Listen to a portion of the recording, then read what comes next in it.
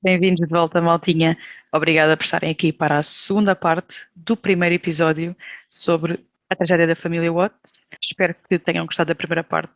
Eh, a recepção que eu tenho tido do primeiro episódio, portanto, da primeira parte que eu postei a semana passada, tem sido fenomenal. Eu não estava mesmo à espera disto. Não tenho palavras de todo para vos agradecer. Todas as views, todos os likes, os comentários que apareceram ou no YouTube ou que me foram dados pessoalmente.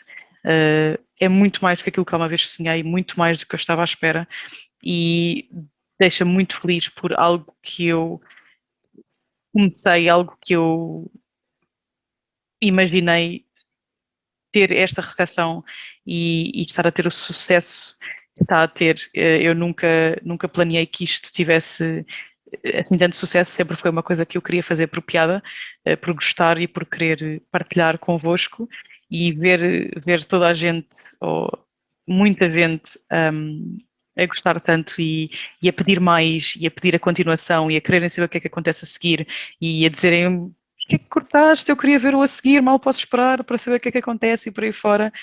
Ouvir isto das pessoas tem sido fenomenal e tem-me dado mais ânimo para continuar e para querer ainda pesquisar mais e fazer mais e trazer-vos sempre os melhores episódios que eu possa. Como viram agora no início do vídeo,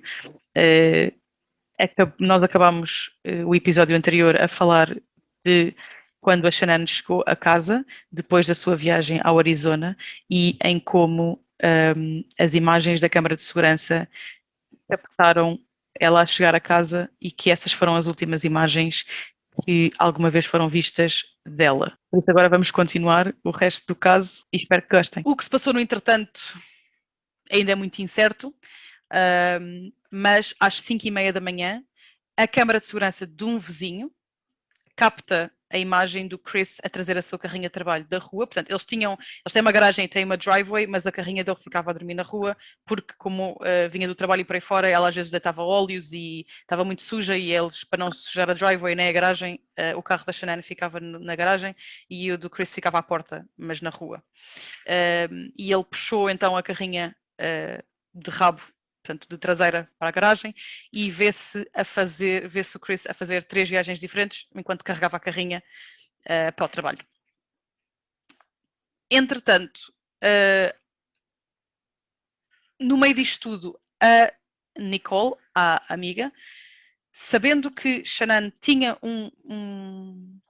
uma consulta médica por causa da gravidez nessa manhã e não tinha ouvido ainda nada da Shannon, a Shannon não tinha dito nada e não estava a responder às mensagens dela, ela estava um bocado preocupada porque não era normal. Lá está, era comum, a primeira coisa que a Shannon fizesse era entrar na internet, falar com as amigas, bom dia, na conversa que elas tinham de grupo e individual, bom dia, já acordei, vou fazer A, B, C ou D. Portanto, a amiga estava a tentar perceber se ela tinha ido à consulta, se estava tudo bem, o que é que se tinha passado, se estava tudo bem com o bebê. Portanto, a amiga, preocupada com ela, porque ela está grávida e não só tem as doenças todas, como tem a diabetes, que podia provocar desmaios, a diabetes que ela tinha, a amiga, portanto a Nicole, ao não saber nada sobre a Shannon, dirige-se à casa deles, só para ter certeza que estava tudo bem. Ao tocar à porta e não receber resposta nenhuma, a Nicole manda uma mensagem a dizer que estava à porta deles, a mensagem é Chris, dizer que estava à porta deles, mas que não sabia da Shannon, se ele sabia o que é que se passava. Chris diz a Nicole que Shannon tinha mensagem. Ele estava no trabalho. Portanto, ele tinha levado a carrinha de manhã no trabalho, tinha ido para o trabalho e tinha ficado, porque ele começava muito cedo. Ele estava no trabalho. O Chris disse a Nicole que a Shannon tinha mencionado que tinha uma playdate, um encontro ia levar as filhas à casa de uma amiga para elas brincarem com os filhos deles. Mas mesmo assim, Nicole não está convencida porque na garagem dá para ver que está lá o carro da Shannon com as cadeirinhas de bebê ainda lá dentro e a Shannon nunca ia levar as filhas sem cadeirinhas de bebê e que outra coisa que está mencionada também é que os sapatos que ela usava sempre, que ajudava com a gravidez, eram mais confortáveis por causa da gravidez, pés inchados e não sei o quê, os sapatos estavam à porta ainda. Portanto, a amiga começa a olhar para isto tudo e começa a ficar um bocado preocupada porque ela tinha uma consulta no médico, não tinha uma playdate nessa manhã, ela não está a responder começa a ficar muito preocupada. Ela continua, ela tenta, aliás, ela numa daquela de preocupação tenta abrir a porta está trancada por dentro e uma mensagem é mandada, ou seja, por causa do sistema de segurança da casa dos Watts, é mandada uma mensagem para Chris que ela está a tentar entrar e ele liga-lhe, dizer, mas o que é que se passa? Ele diz, eu estou aqui, estou preocupada, o que é que se passa? Ele insiste com ela e diz, ela ia à casa da amiga, tipo, por favor, sai da minha propriedade. Entretanto, às 8h30 da manhã, há um registro de uma chamada telefónica do Chris para a escola das filhas, a dizer que elas não vão frequentar mais aquela escola. Antes ou depois da amiga estar a tentar entrar em casa? Antes. Okay. Antes dela ir lá. Isto eu devia ter mencionado antes. Antes da amiga ir lá à casa, ele ligou para a escola das filhas a dizer que as filhas não iam mais à escola. Àquela escola. Disse que elas iam. Não explicou o que é que elas iam fazer, só que elas não iam mais à escola. Entretanto, várias amigas começam a perceber realmente que a Shanann continua a não dar sinais de vida, que a Nicole está preocupada e há mais uma outra amiga que mandam mensagens a Chris a perguntar se está tudo bem e a todas elas ele responde sim, acho que está tudo bem, ela tinha um playdate. Enquanto isto está a acontecer, portanto, enquanto as amigas estão preocupadas com a Shanann, enquanto ninguém sabe muito bem onde é que ela anda, o Chris na internet ia à procura de hotéis em Aspen, que é um sítio muito comum para fazer ski, e continuava a contactar a sua agente imobiliária, que estava a mandar-lhe e-mails sobre a venda da casa deles, porque eles, lá está, tinham falado em se calhar mudar de cidade, então já tinham falado em pôr a casa à venda e já tinham falado com uma agente imobiliária. Portanto, no meio disto tudo, ele continuava a falar com a agente imobiliária por e-mail, com updates sobre a casa que eles estavam a tentar vender e o que é que procuravam numa casa nova. Lá está, no meio disto tudo, Chris repara que Nicole tentou abrir a porta, liga-lhe, diz, tipo, base da minha propriedade, faz favor. Ela diz que vai chamar a polícia para fazer eu não me lembro se é um wellness check ou um welfare check, tipo, no fundo é para a polícia verificar se está tudo bem. E o Chris diz, não chamamos a polícia, eu estou a ir para casa. No meio disto tudo, Nicole liga para o médico e descobre que a Shanann não apareceu à consulta. E ela aí, tipo, diz, não quer saber o que é que o Chris diz, liga para a polícia. Entretanto, a polícia realmente chega e não consegue entrar em casa porque precisam do código da garagem para entrar. Entretanto, Nicole liga ao Chris a pedir o código diz, o Chris diz que o código não funciona, tem de ser aberto com a chave e que ele está a caminho. Existem vídeos da bodycam do polícia e isto é tudo, lá está, é ótimo para quem analisa os comportamentos e por aí fora, porque o Chris, tipo, lá está, isto agora é outra coisa. Se houvesse a suspeita de que um familiar teu tivesse mal, tu punhas, entravas ou dizias, não, tipo, arrombem-me a porta, tipo, entrem-me pela porta adentro, vejam se a minha mulher e as minhas filhas estão bem, por favor. Ok, tipo. Calma. Se fosse verdade aquilo que ele estava a dizer, que ela estava num playdate ou que tinha levado as miúdas a um playdate, não me vão arrombar a porta, estou a tentar vender a casa, estou com dívidas em todo lado e mais algum. Não. Mas ela não. Mas a questão não é essa. Está a passar. Berna, ela não tinha uma playdate, ela tinha uma consulta médica. Ela não tinha uma playdate, tinha uma consulta médica. E ele nem sequer sabia da consulta médica. Porque ele nem sequer se... Então era ela que estava a esconder coisas ou era ele? Sorry. Oh, filha, se o meu marido não diz-me abertamente que está com medo de ter um terceiro filho, que só quer as duas filhas que tem e está desconectado de mim, está não sei o quê, se na última consulta médica ele não mostrou qualquer interesse, se calhar também lhe vou dizer desta nova se as coisas estão... Ela já tinha ficado toda esperançada porque já tinham tido a tal conversa de sim, vamos melhorar isto, não foi? Oh, filha, está bem? E ele pode... não lhe diz, olha, vou ter esta consulta? Ele, como bom homem que é, pode ter esquecido ou pode não ter ouvido. Desculpa, Helder.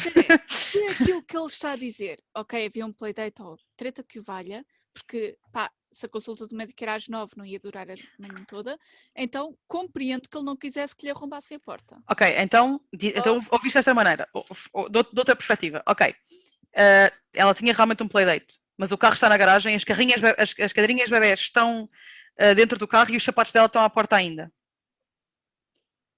Não há... Eu sabia que os sapatos estavam à porta. Porque eles têm aquelas portas com os vidros de lado. Ok. Dá para ver para dentro de casa através da... Still, podia ter sido a amiga que tem... Pá, não sei. Podíamos aqui... Nós à procura demasiadas... Não, é assim. Do ponto de vista dele, a amiga está a estressar. Se isto fosse verdade, a amiga está a estressar. Não me vão arrombar a porta com uma coisa assim de nada. A questão é, mesmo que estejas a esconder qualquer coisa, ou estejas a tentar que a polícia não te entre em casa sem tu lá chegares, porque estás a tentar esconder qualquer coisa, eu assumo que tu também pensas naquela de, se eu não agir como um marido preocupado, se calhar, tipo, as suspeitas vão cair em cima de mim. Bem, não...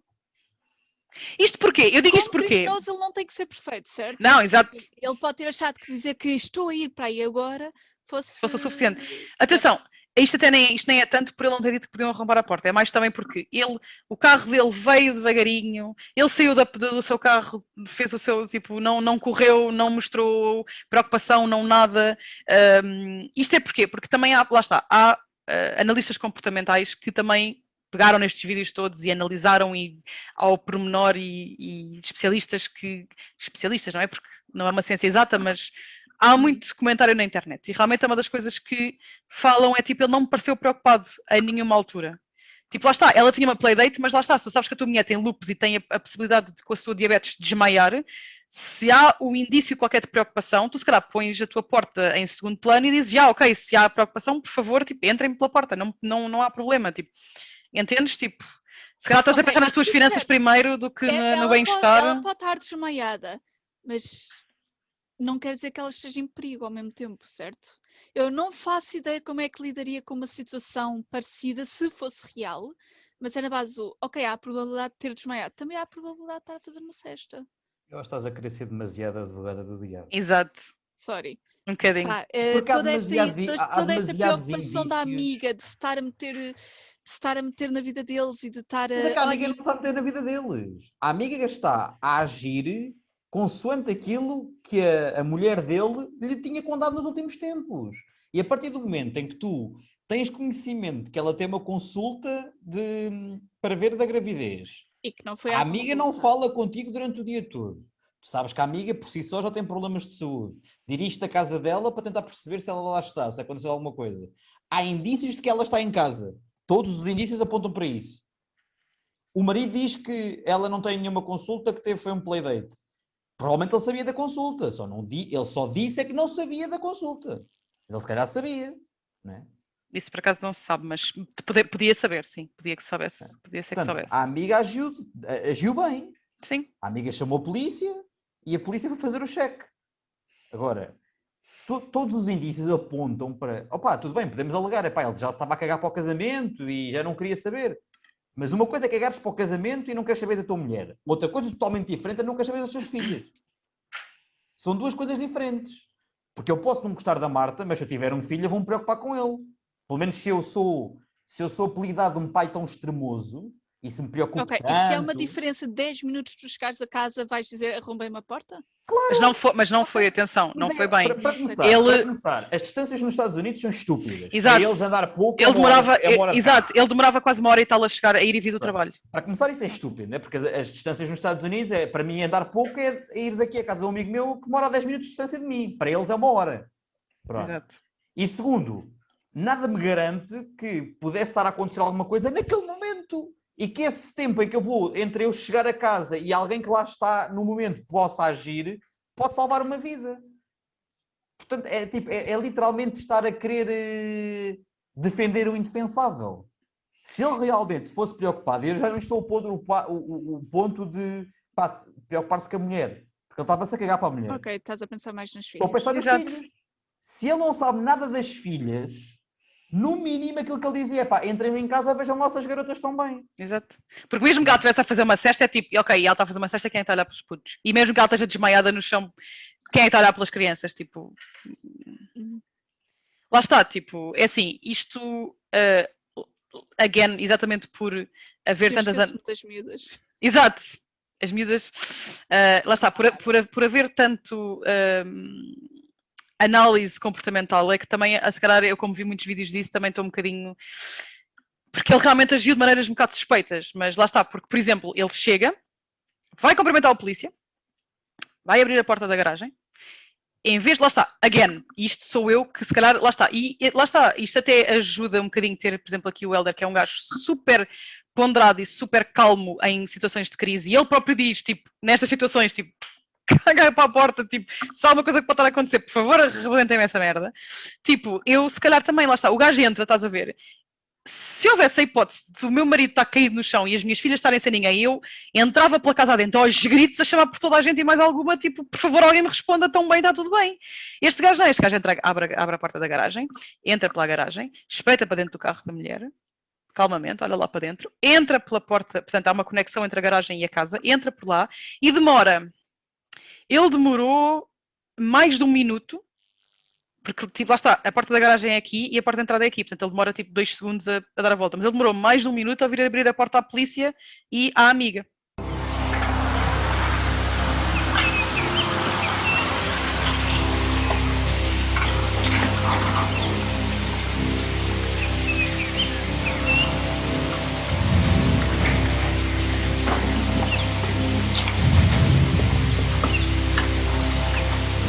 I'm here.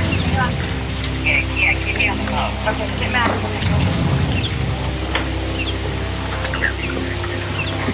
Scott, how you doing? How's it going? So this is the only vehicle she would have? Only one that, yeah. She would drive? Okay.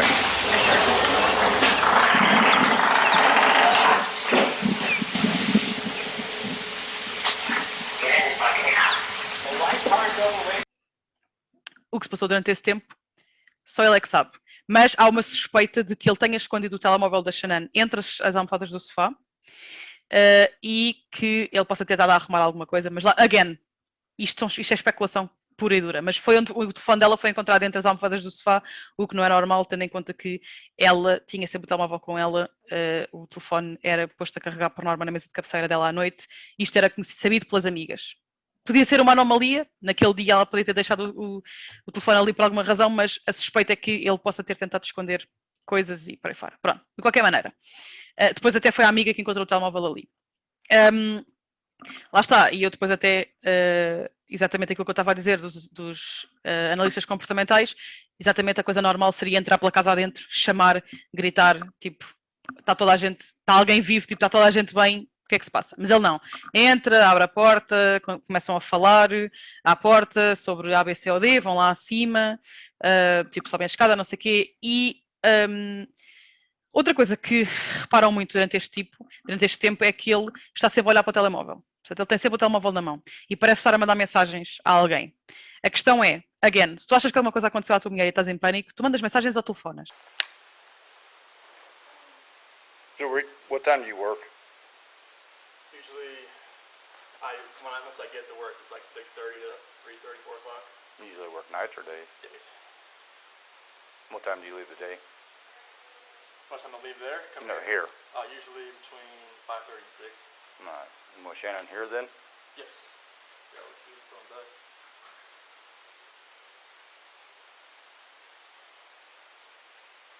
Does she usually watch the kids, or you have daycare watch them? Or She usually watches the kids if they're not in school.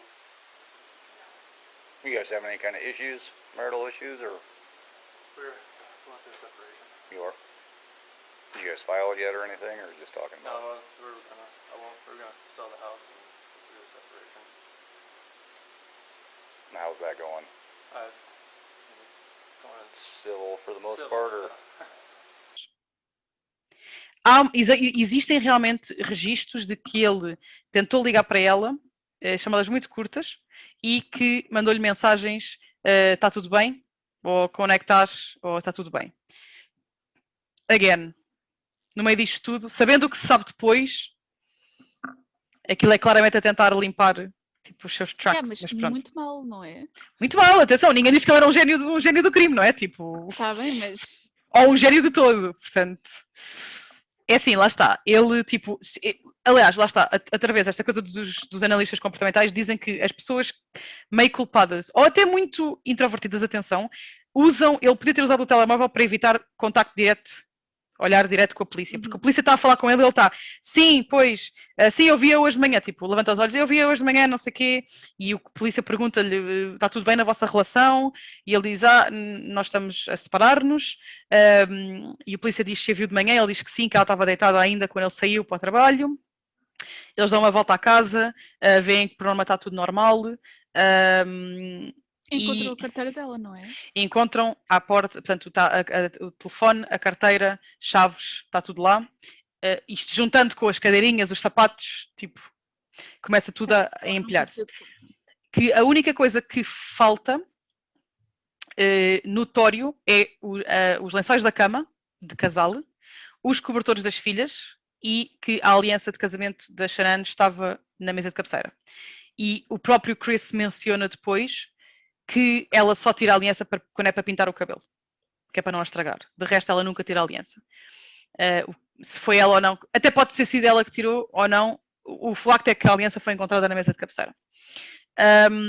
Portanto, o Chris depois conta então ao agente que ela chegou muito tarde naquela noite, que eles tinham tido uma conversa muito séria nessa noite sobre o seu casamento, tinham discutido, mas depois tinham ido dormir. E que Chris acordou às 5 para ir trabalhar, ela estava na cama e ele seguiu para o trabalho.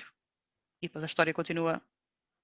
Portanto, para ele foi para o trabalho e ele só sabe. Ele diz que a discussão foi muito má e que tipo tinham decidido terminar as coisas?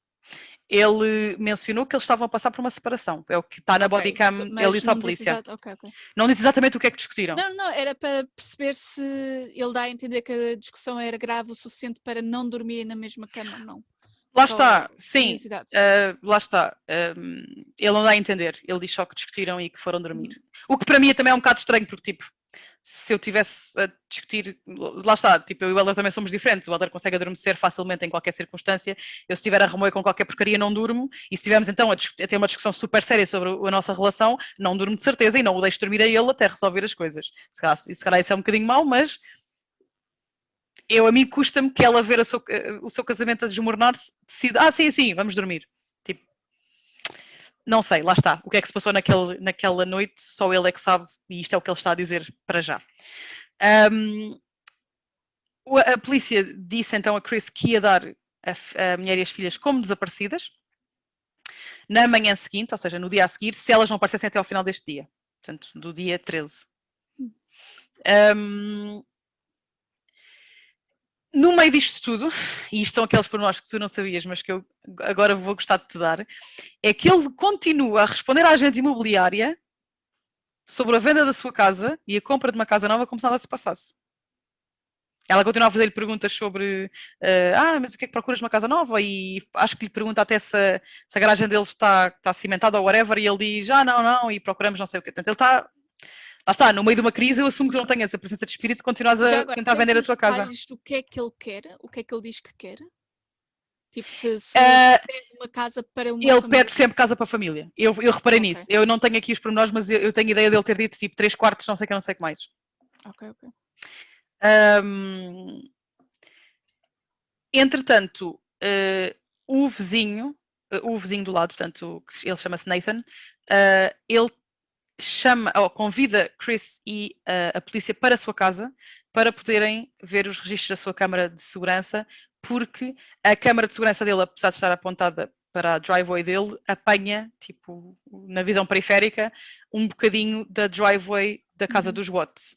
Portanto, realmente, uma coisa que se nota é que seria impossível a Shanann ter saído pela porta da frente se ela realmente tivesse o playdate ou tivesse a coisa médica, que seria impossível Shanann sair pela porta da frente sem terem dado por isso, porque a câmara teria apanhado, a não ser que ela tivesse saído pelas traseiras, o que por norma não faria sentido, porque se tivesses boleia de alguém para ir a algum lado, porque essa podia ser uma hipótese, ela não levou as cadeiras de bebê e não levou o carro porque alguém as veio buscar, mas ela teria sido apanhada na câmara se tivesse a sair de casa, de certeza, e é pouco provável alguém sair pela porta das traseiras, que dá para trás, não é?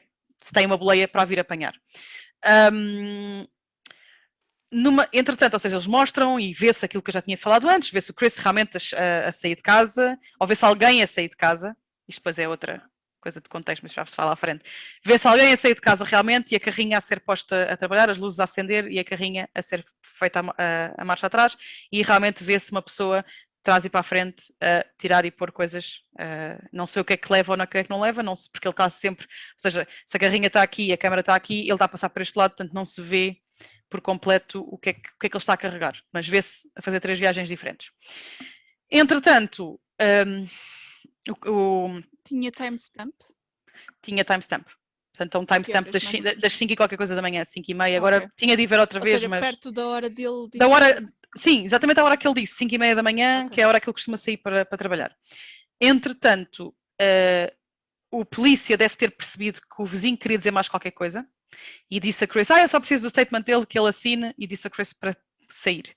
E entretanto o vizinho comenta com o polícia de que ele não estava a agir nada normal. Que o Chris não estava a agir nada normal. Que ele normalmente nunca fala, é sempre muito caladinho, que estava super irrequieto, e que estava quase que a explicar-se demais, o que não era nada comum nele, que ele tipo, não costumava ser tão tipo, falador, e que ele comenta que ele não está a parecer preocupado, mas sim que está a tentar esconder alguma coisa. E que para uma pessoa calada e introvertida parecia que estava a falar demais, tipo, a tentar quase que justificar-se demais. Diz também que não é comum Chris puxar a carrinha para carregar para o trabalho, que ele costuma ou já ter as ferramentas no carro ou seguir logo, que ele não costuma puxar a carrinha para cima, e que ele e a mulher já suspeitavam que houvesse problemas no casamento porque os ouviam a discutir de vez em quando. Lá está. Discutir de vez em quando é normal. O que é que pode ser considerado discutir mais do que o normal? Isso depois já é da noção de cada um, não é? Entretanto, lá está, isto depois está tudo na bodycam, há os vídeos todos e às vezes vale a pena ver porque realmente enquanto ele está a observar isto tu estás a ver, mas se tu não conheces a pessoa antes também não consegues avaliar muito a sua maneira de estar, não é? This is him at 5:17.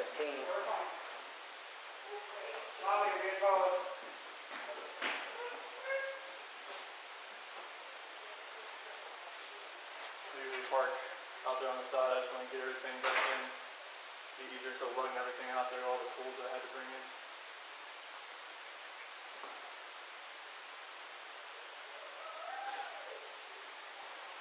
He's not acting right at all. No. He's never fidgety. He's never rocking back and forth. And if you look, he never loads his stuff in and out of the garage ever. To be completely honest with you, my wife and I were kind of wondering when she was on vacation if something happened, because I've heard them full out screaming at each other at the top of their lungs, and he gets crazy. Does he? And that's pretty recently. Yeah. I'm guessing that's why she went and visited people, is because she wanted to get away from the situation. It just seems kind of odd to me. Why would he pull that stuff up into the garage? Right. Yeah, I've never seen him pull it back. I've never seen him. If he loads his stuff, he normally just walks back and forth because I get him on camera. What does he usually load up? All he usually has is a lunch box and a book bag, looks like a computer, and usually a water jug. That's it. But the fact that he was in here and explaining to it over and over and over, Well, odd. but he doesn't look worried.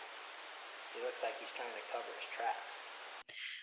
Entretanto, a notícia chegou rapidamente aos jornais locais e houve repórteres, obviamente, não é? Como eles são os abutrezinhos, plantarem-se à porta de casa e Chris cometeu o que eu acho, lá está, depende de pessoa para pessoa, mas cometeu aquilo que eu acho que foi um erro, que foi, falou com os repórteres. E a entrevista, e quero que vocês vejam também se quiserem ver, porque realmente é muito estranha, ele passa uma imagem completamente desprovida de emoção, ele tipo, parece estar meio a rir, ele sorri em certas partes, ele tipo, está a falar, está assim com as mãos cruzadas tipo, no corpo e está tipo, eu só quero que a minha família volte, quem estiver, por favor, deixe, ou seja, tipo, não é estranho. Chris Watts, WATTS. Do you think she just took off? Do you think? I mean, right now I don't even want to just like throw anything out there. Like, I hope that she's somewhere safe right now and with the kids. But I mean, could she just taken off? I don't know. But if somebody has her and they're not safe, like, I want them back now. Like that's what's in my head. Like if they're safe right now, they're gonna come back. But if they're not safe right now, that's the not knowing part. Like, my kids are my life. I mean, those smiles light up my life. Or did you guys get into an argument before she left? It wasn't like an argument. We had an emotional conversation, but I'll leave it at that. But I just want them back. I just want them to come back. And if they're not safe right now, that's what's tearing me apart. Because if they are safe, they're coming back. But if they're not, this has got to stop. Like, somebody has to come forward. Houve muita gente, eu já vi muitos vídeos sobre isto, houve muita gente que disse, foi neste momento, ao ver esta entrevista, que eu decidi que ele tinha alguma coisa a ver com isto. Porque ele, lá está, outra vez, é o que tu dizes e não se pode esperar que toda a gente reaja da mesma maneira a cada acontecimento, óbvio, mas toda a presença dele foi super suspeita e super, tipo, desprovida de emoção, e aquilo que ele diz é estranho. Houve muita gente que suspeitou aqui dele e realmente ele foi depois chamado pelos investigadores para falar com eles e para ser interrogado por várias coisas, para tentarem perceber o que é que tinha acontecido naquela noite, o que é que se tinha passado. Aqui mais ou menos foi quando ele começou a ser investigado como possível suspeito. Existem registros de que ele começou aqui a tentar apagar mensagens entre ele e a Nicole. E nessa noite ele e a Nicole tiveram ao telefone durante 1 hora.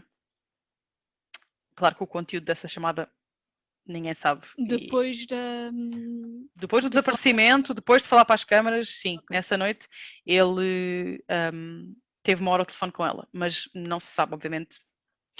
Ele nunca revelou sobre o que é que tiveram a falar.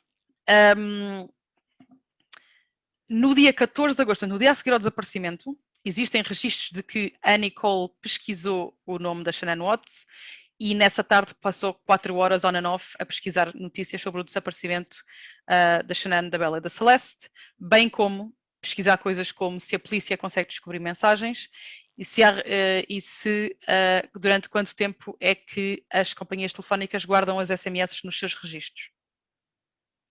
Se isto prova que ela estava a esconder alguma coisa, não sei. Pode, por simplesmente, ela ter percebido, será que eles têm alguma coisa a ver com isso? Se calhar vou, tipo, salvaguardar-me. Não se sabe. E este pedaço de informação que eu descobri no Discovery do julgamento é outra que eu também te quero dizer, porque, mais uma vez, é super suspeito. Neste dia, no dia 14, há uma chain mail, tipo um e-mail a correr vários amigos sobre uma Fantasy Football League que os amigos estavam a fazer, ao que Chris responde, contem comigo. No meio disto tudo, tu estás a ser interrogado pelo desaparecimento da tua mulher e das tuas filhas, estás a agir como um marido preocupado e um pai preocupado, mas sim, eu quero entrar na vossa liga de Fantasy Football, contem comigo. Pá, eu já te disse algumas vezes, eu acho que o gajo não estava a bater bem nessa altura. Não? Eu acho que ele nunca bateu bem, mas pronto. Porque lá está, ele não estava a agir como um criminoso que se estava a tentar proteger, ele estava só a seguir passos, quase, como um autómato, e tipo, isto é fixe, bora. Não sei, que é shady AF é bué esquisito, é bué estranho. Entretanto, no dia 15 de agosto, ele foi interrogado pela polícia durante horas. E se vocês, lá está, eu sei que, não sei se vocês têm interesse, mas vale a pena ver o interrogatório, porque a polícia o polícia que o interrogou, ele é muito bom naquilo que faz e usa muitos truques. Há truques que eles fazem, não digo para o enganar, não é bem isso, mas para o fazê-lo levar à verdade ou tentar definir se ele está a dizer a verdade ou não. E foi realmente com muita mestria que ele foi interrogado e é digno de se ver, mas vale a pena ver. Entretanto, eles perguntaram-lhe se ele está a ter isto já depois da Nicole Kessinger, ou seja, ela depois chegou-se à frente, ou seja, a amante, ela chegou-se à frente quando percebeu que ele estava a ser interrogado, ela veio falar com a polícia e disse, eu sou a amante do Chris Watts. E já sabendo isso, eles perguntaram-lhe se ele tinha uma amante e ele negou. E eles depois, claro, disseram-lhe, filho, nós já sabemos que tens, portanto, tens de nos dizer a verdade. Ele continuava a negar que não tinha feito nada, que não aconteceu nada, e, entretanto, perguntaram-lhe se ele estava disposto a fazer um teste do polígrafo, e ele disse que sim. E falhou redondamente. Claro que os testes do polígrafo não são usados em tribunal como prova, mas ele não passou no teste e, mais uma vez, ou seja, depois do teste, voltaram a interrogá-lo mais um bocado. Mas também vale a pena ver o teste do polígrafo a ser posto em ação, porque a Tammy, a agente que o interroga, também é muito boa, porque ela tenta acalmá-lo, tenta pô-lo confortável, tenta relaxar e lhe dizer, isto é na boa, você vai passar isto na boa, tu não fez nada, não tem razão nenhuma para se preocupar, não é? Quer dizer, e ela também é muito boa nisto. Entretanto, eles voltam com os resultados dos testes e dizem, filho, falhaste. E ele continua a dizer, eu prometo que não vos menti, eu prometo que não fiz nada, e continua sempre a bater na tecla. Entretanto, um colega de trabalho encontrou os tais e-mails entre o Chris e a Nicole e entregou-os à polícia como prova, bem como o GPS da carrinha de trabalho do Chris, que mostra que ele, efetivamente, naquela manhã, foi ao local onde estavam os tanques, que era o local de trabalho dele, o que normalmente não seria suspeito, mas a polícia pensou, porque não investigarmos, e eles levaram um drone até lá.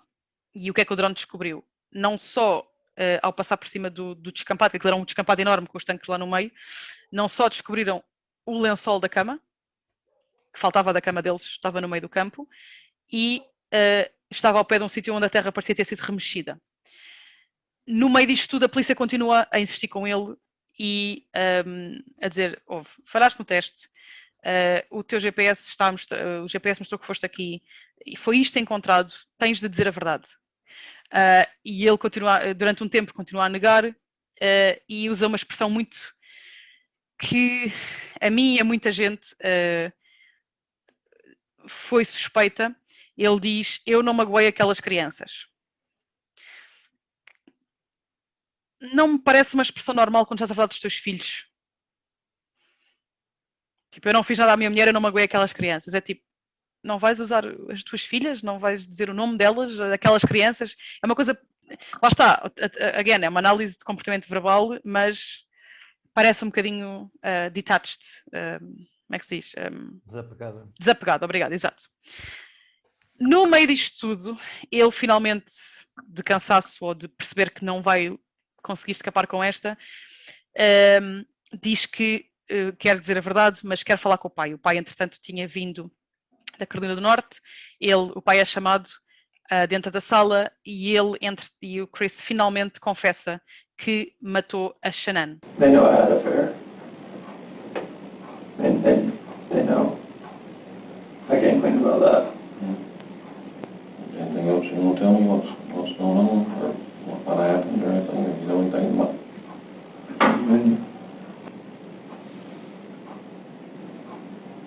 I want to protect her. What? I want to protect her. You don't want to protect her? She hurt him? Yeah. And what now? I've not hurt her. You hurt her. So she killed Lucy Stevens and took him to death.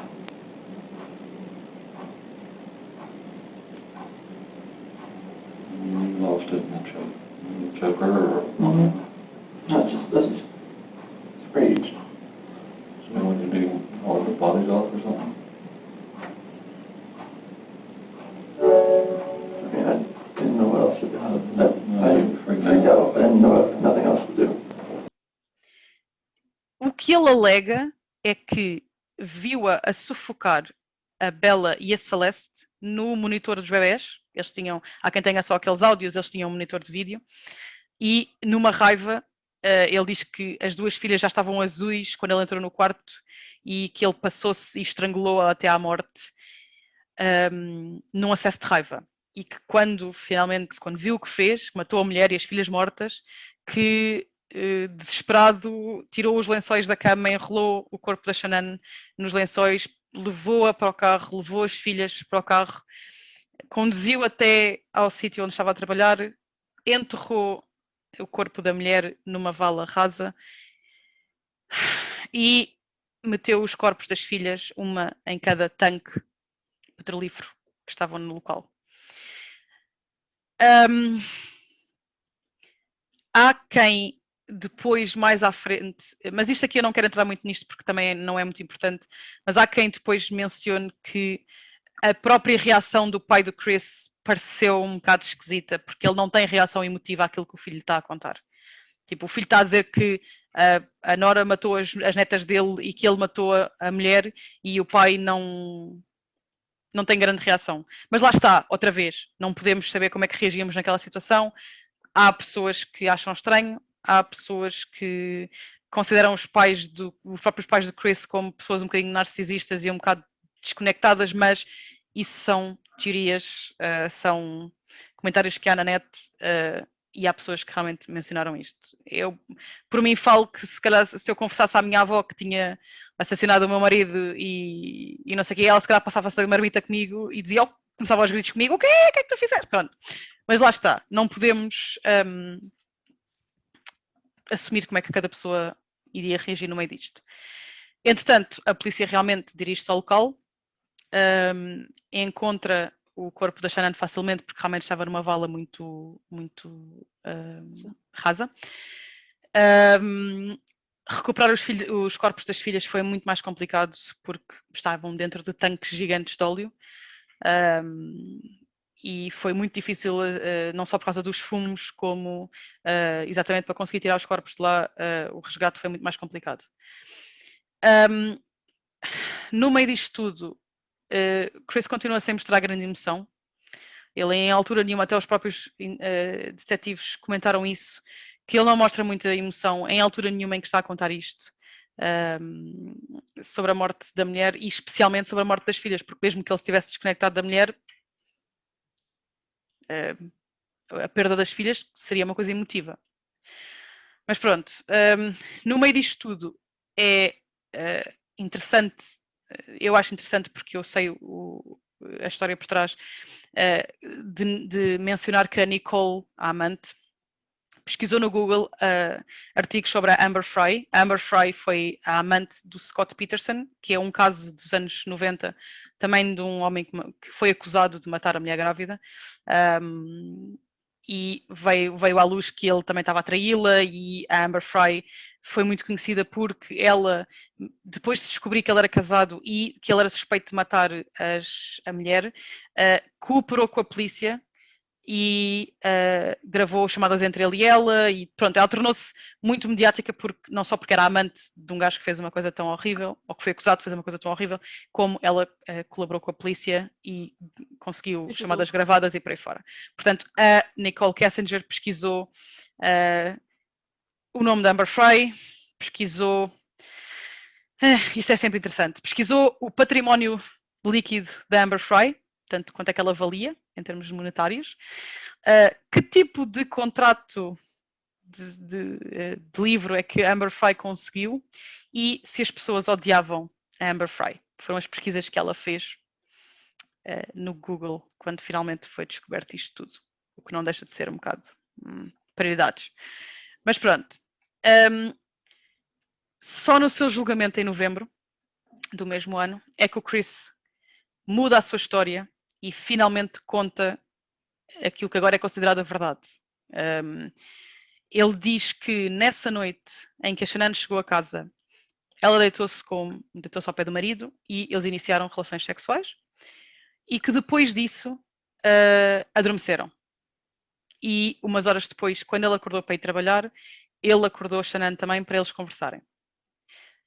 Por alguma razão, isto a mim não me faz muito sentido, mas ele diz que aconteceu, por alguma razão ele diz que se sentou em cima das pernas da mulher enquanto conversavam, tipo, sentou-se assim por cima, e a conversa demorou à volta de 15 a 20 minutos.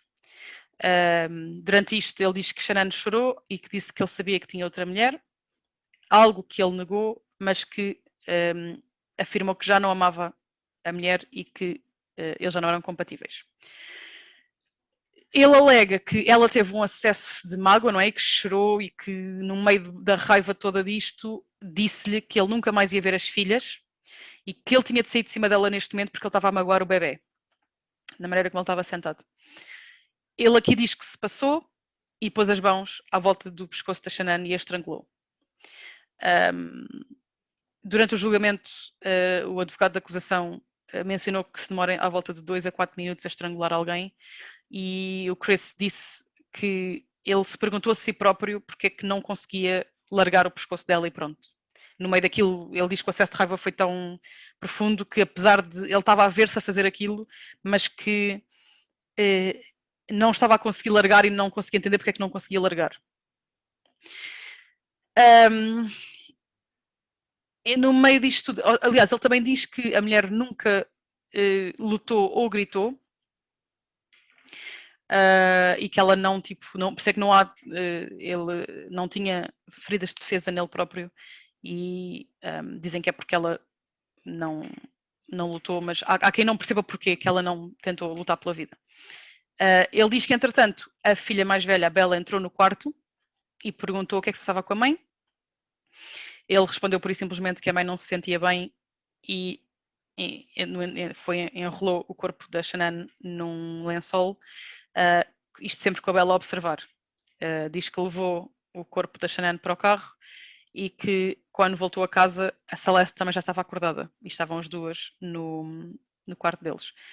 Ele diz que foi aí que sentou a Bella e a Celeste no banco da frente da carrinha, que ele tinha aquelas carrinhas de trabalho com não tem só 2 lugares à frente, tem 3 ou 4, não é importante. Enquanto conduzia até ao campo petrolífero para se livrar do corpo de Shanann, cada uma delas levou o seu cobertor e a Celeste levou um peluche, e é por isto que os cobertores também faltavam dos quartos. Ele disse que a este ponto sentiu que não estava em controle dos seus movimentos e que pegou num garrafão de gasolina com a intenção de se pegar fogo e se matar no campo petrolífero, mas que mudou de ideias porque fogo naquele local era perigoso e podia vir a magoar outras pessoas. Isto para mim é tipo... Primeiro, ele está bem estabelecido que ele trabalhava no meio do nada. Mesmo uma explosão petrolífera naquela zona, e é por isso que os tanques que estão naquela zona não iam provocar assim tantos danos, e que se ele não se preocupa com a própria família, porque é que há de se preocupar tipo, com outras pessoas. Mas pronto, isso são outros 500, o que é que lhe passava pela cabeça nesta altura é com ele. Quando lá chegou, ele enterrou então o corpo da Shanann no meio do campo, e as filhas iam-lhe perguntando o que ele estava a fazer à mãe. Entretanto, ele voltou à carrinha e sufocou Celeste primeiro, enquanto a outra filha ia observando, sempre calada. Depois levou o corpo da Sissy e deitou num dos tanques e voltou outra vez ao carro. E ele diz que aí Bella lhe perguntou onde é que estava a irmã, e se o mesmo lhe ia acontecer a ela. Chris diz também que Bella foi a única que lutou contra ele, contou o que lhe estava a acontecer e que as últimas palavras dela foram "Daddy, no". Esta cena faz-me sempre uma confusão desgraçada, tipo, eu espero que, sinceramente, ele diz que ouve estas 2 palavras cada vez que fecha os olhos e, sinceramente, espero que nunca a deixe de as ouvir. Entretanto, ele levou o corpo de Bella e deitou-a no outro tanque. É registado que as aberturas destes tanques são muito pequeninas e que ele teve de forçar os corpos para passarem na abertura, e como é que ele teve a presença de espírito e a coragem para o fazer, isso depois só ele é que sabe. Ou seja, depois desta confissão e de tudo aquilo que foi apresentado em tribunal, ele foi considerado culpado nos crimes contra a família e foi sentenciado a 5 sentenças de vida consecutivas sem a possibilidade de liberdade condicional. A família de Shanann intercedeu a seu favor, eu nem quero dizer a seu favor, mas foi mais, só disse que não queria que eles tivessem a pena de morte porque eles são da crença que ninguém tem o direito de decidir quem vive e quem morre, nem um tribunal. Eles, como pessoas religiosas, dizem que só Deus é que tem esse poder, e então não queriam que ele tivesse a pena de morte. e que é castigo suficiente ele ter de viver sabendo aquilo que fez e viver com as consequências daquilo que fez. Os pais da Shanann e o irmão leram cartas em tribunal, quase numa... porque eles não quiseram testemunhar propriamente, mas prepararam cartas que leram, a maior parte delas, a perguntar a Chris como é que foi possível ter feito o que fez, e como é que foi capaz de matar as pessoas que mais o amavam na vida. E o irmão nem conseguiu ler a carta dele, teve de ser o advogado de defesa a ler, porque o irmão não estava capaz, e mais uma vez ele perguntou como é que foste capaz de fazer isto, eu considerava-te como um irmão. Foram cartas muito emocionais e muito emotivas e muito, sinceramente é difícil de, realmente eu ao fazer a investigação deste caso, foi a altura em que eu chorei, foi a ouvir os testemunhos das famílias, da família neste caso, porque é difícil de ver. Os pais de Chris também escreveram uma carta, porque eles inicialmente, no início, antes do Chris confessar aquilo que tinha feito, batiam o pé e diziam: não, o meu filho não fez isto, é muito mais plausível para nós que Shanann tivesse morto as filhas e em vez de Chris. Ele nunca faria isto, nós não acreditamos, recusamos-nos a acreditar, o nosso filho não faria isto, ela era muito mais capaz de fazer isto do que ele. Entretanto, depois dele confessar, eles vieram ler uma carta, aliás, a dizer que vieram agradecer à família Rusek, a família da Shanann, por terem pedido para que a pena de morte não fosse aplicada, pediram desculpa à família por aquilo que Chris os fez passar, e que não podiam defender as ações de Chris, e apesar de dizerem a Chris que o iam amar sempre, que não conseguiam justificar aquilo que o filho fez e nem podiam desculpar e não podiam de maneira nenhuma aceitar o que tinha acontecido. Os advogados de Chris depois também leram um statementzinho, mas ele só pediu desculpa àquilo que aconteceu e também não o deixaram falar muito mais, porque a este ponto não valia a pena. O próprio juiz, quando o sentenciou, comentou que nos seus 17 anos como juiz, este era o caso mais trágico, desumano e cruel que já lhe tinha passado pelas mãos, e que disse, então, e a sentença que vais ter vai ser tal, tal e tal, e quase que may God have mercy on your soul. Showing mercy on Mr. Watts is understood, and I respect that decision to request that the district attorney not seek the death penalty in this case. And so the court is going to accept this plea bargain under the circumstances. Words that come to mind when I hear the evidence in this case are a senseless crime and the viciousness of the crime.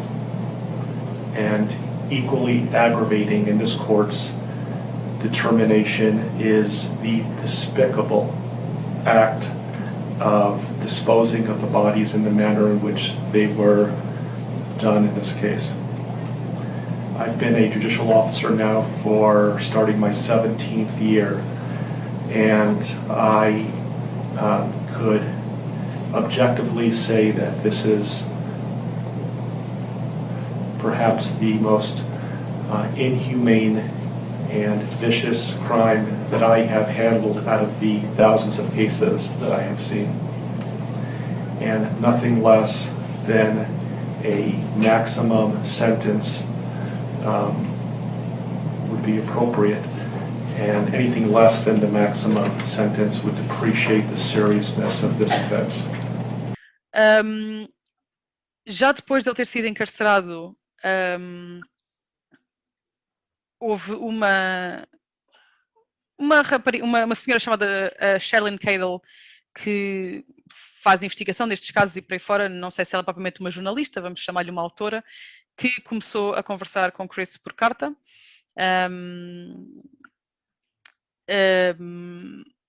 mas sempre lhe disse que não achava que ele era inocente nem nada, mas que queria saber a versão dele e queria ouvir o que ele tinha para dizer, e ela descreveu várias cartas que teve com ele e publica algumas cartas trocadas entre os dois.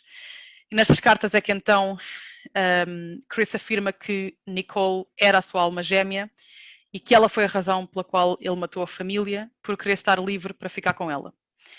Ele confessou também que andava a envenenar lentamente Shanann com oxycodone, que é um sedativo forte, numa tentativa que ela abortasse o filho, o que pode explicar também o porquê é que ela não se estava a sentir bem nos dias antes de morrer.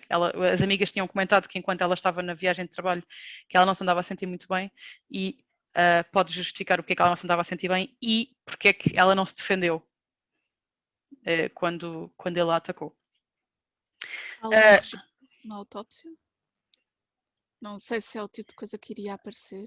Era capaz de aparecer, sinceramente eu não acabei de ler as autópsias, mas a questão é, depende, porque depende de quanto tempo, é porque passou algum tempo desde sim, que... Sim. Não, mas como dizes, explica muita coisa, o facto de não haver as feridas. As feridas defensivas, que eu sei que isto era uma coisa que tu tinhas dito, então, mas uma pessoa não defende, não luta pela sua vida e dos filhos e realmente pode, assim, há quem diga que ela podia estar só grog de sono, acabou de acordar e de repente, estás a ver? Não, mas mesmo o pai dela diz que não acredita que a filha não se tivesse defendido. Exato. E se ela tivesse drogada, tinha aqui, se calhar, uma justificação para isso. Ele também revelou, e isto aqui é que é uma coisa que faz-me imensa confusão, ele revelou que tinha tentado matar as filhas antes de matar Shanann. Ou seja, que antes de acordar, ele foi ao quarto das filhas e sufocou as duas. E que depois é que voltou ao quarto e depois estrangulou a Shanann, mas que elas depois supostamente acordaram e depois apareceram... Espera, e nessa narração dele, em que primeiro mata as filhas e depois é que fala com a Shanann, em que altura é que houve a tal relação sexual que é suposto eles terem tido? Supostamente na noite anterior, quando ela chegou a casa. Quando ela chegou, ok. Sim. Tá bom. Lá está, ele diz que quando viu a Bella entrar no quarto, quando achava que ela já estava morta e depois a irmã a aparecer também, que ele ficou meio tipo intervenção divina ou whatever, diz que não soube explicar como é que isso aconteceu, mas que claramente isso não o fez sentir-se de maneira nenhuma diferente, porque ele acabou por sufocar as duas, não é? Lá está, no meio disto tudo, este crime chocou a imensa comunidade. Claro que ninguém conseguia fazer sentido do que aconteceu. Houve uma vigília no dia 17 de agosto desse ano, quando aconteceu as mortes, uma vigília em que a maior parte da comunidade e a própria família da Shanann agradeceu à comunidade de Frederick, que é a cidade onde eles viviam, por ter mostrado tanto apoio, por todas as mensagens que receberam, por tudo aquilo que eles fizeram, porque era uma comunidade pequenina e então juntaram-se todos muito. E então houve uma vigília no dia 17. No dia 1 de setembro, elas foram finalmente enterradas. O serviço fúnebre durou à volta de 90 minutos e o nome de Chris nunca foi mencionado. Chris Watts tornou-se rapidamente um dos homens mais odiados do país e, no entanto, e lá está, isto também aparece no Discovery, há dezenas de cartas de fãs a dizer que o adoram e que estão apaixonadas por ele e que mandam fotos delas, e isto para mim é uma coisa que nunca me entra, eu não... É tipo, arranjem melhores ídolos, vá lá, arranjem melhores... Houve algumas que chegaram a assistir ao funeral? Não tenho a certeza. Espera lá, como é que é? Fãs Ele ganhou fãs por ter morto a família? Todos os serial killers. Desculpa, não é todos os serial killers, há gajas... Yeah. Ficam assim, eu sei que os americanos são todos assim meio esmarados daquela cabeça, não é? E se querem... e tal, que eu estou a ser preconceituoso. Não, eu estou a ser realista. Ponto. Ok? Os gajos são todos meio esmarados da cabeça. Não diria todos, mas são muitos. Maltinha, desculpem outra vez a interrupção, mas é aqui que vamos acabar o episódio desta semana. Mais uma vez porque já estava muito comprido. E foi aqui que eu decidi fazer a paragem e o break para a semana que vem. Muito obrigado por terem estado aqui mais uma vez connosco. Não se esqueçam de fazer like, subscrever e ligar as notificações para receberem o aviso de quando a última parte for posta. Muito obrigada por terem estado aqui. Espero que gostem e beijos para a semana. Tchau!